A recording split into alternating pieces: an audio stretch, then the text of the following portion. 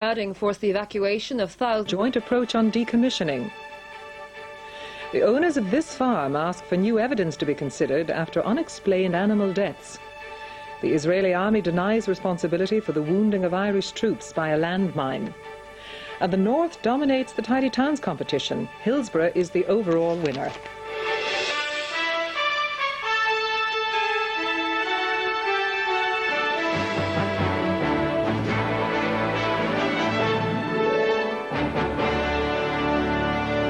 Good evening and welcome. The Taoiseach John Bruton and British Prime Minister Tony Blair have agreed the terms of a joint position on arms decommissioning after an unscheduled meeting at the UN in New York. The paper will be put to the parties at the Stormont talks tomorrow.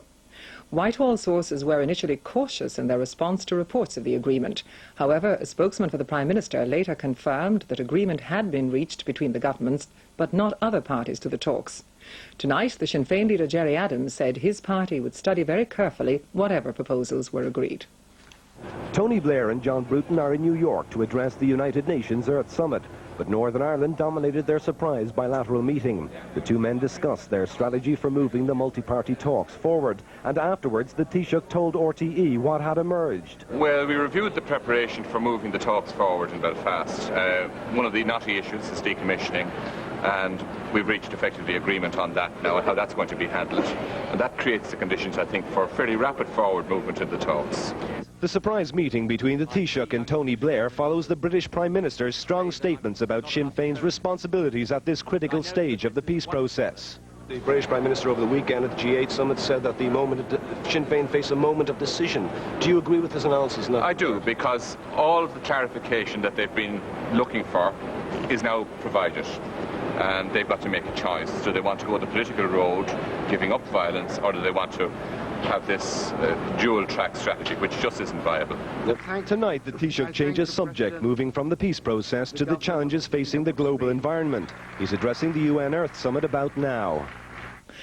Mr Blair is due to meet Ulster Unionist Party leader David Trimble at Downing Street tomorrow. Later, he'll have discussions with the SDLP leader John Hume before making a statement to the House of Commons on Wednesday.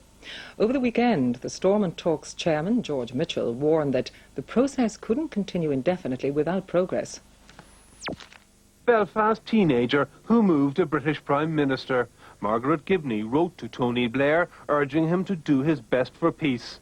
She said she'd only known 1 year of her life without violence around her and dreamed of better times. They're peaceful and no bombs and shooting and no violence at all. And, trying to deliver on that, Tony Blair sees the North's party leaders tomorrow ahead of his major statement on the peace process due to be delivered in the Commons on Wednesday. Those meetings and the unscheduled session with John Bruton today are part of an attempt by the political leaders to seize the initiative at a time of fear and tension on the streets of Northern Ireland. Agreeing decommissioning, they hope, will allow political progress at the Stormont talks. That decommissioning agreement is likely to contain proposals to discuss the issue alongside the talks themselves. That's already been suggested by Chairman George Mitchell. Unionists might accept this on the basis that the talks then move on without Sinn Féin. But tonight there are signs that the major party fears that the two governments might be trying to shelve decommissioning permanently. The government knows, and it will have known, of our position with regard to Mr Spring's idea of kicking decommissioning into the long grass and forgetting about it. We are opposed to that. We were opposed to it when it was mentioned last summer. We would still be opposed to it. I understand there's still some unreformed characters in the Irish government who have not moved away from Mr Spring's ideas. Maybe we'll have to wait until the new government takes office to have some fresh thinking in that quarter. Both governments are set to make a sterling effort to demonstrate that there can be progress in these stalled talks, even without Sinn Féin. That message will be hammered home on Wednesday in the Commons when Tony Blair is likely to tell Republicans once and for all, if there's no ceasefire, the settlement train leaves without them. Well, our correspondent Mark Little joins us now from New York. Mark, could you put today's meeting and indeed agreement in context? They seem to have come as somewhat of a surprise. I think the meeting came as something of a surprise. It's only a week since Tony Blair and John Bruton met last in Amsterdam.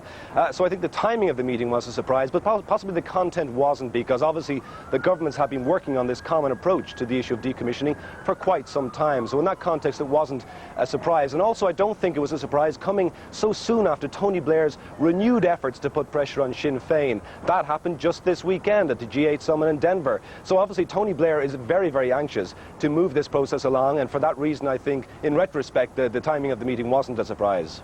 And how do you read the British reaction? Because it initially seemed to be more than cautious about the reports of an agreement.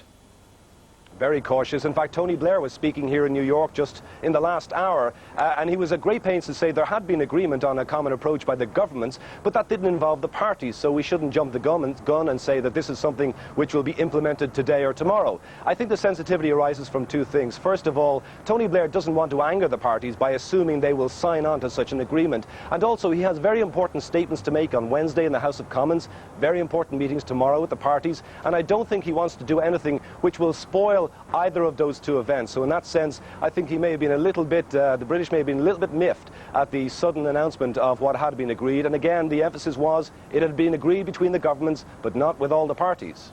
And turning finally to the official business of the Earth Summit, what is the Taoiseach expected to say in his address? Well, remember, this Earth Summit here in New York is to review the progress made 5 years after the Rio Earth Summit, which was talking about global warming, climate changes, and the challenges of environmental protection.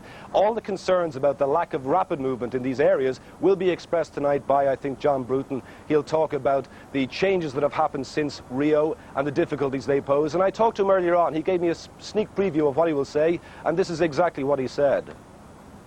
Saying that although we've made a lot of progress in the last 5 years since the Rio Summit on the environment, there's still most of that agenda has not been dealt with. We're still generating more greenhouse gases, which in the long term will damage our environment in perhaps a terminal way for humankind.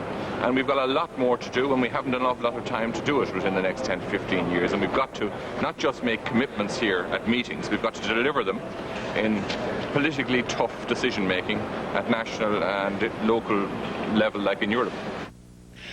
A family who own a stud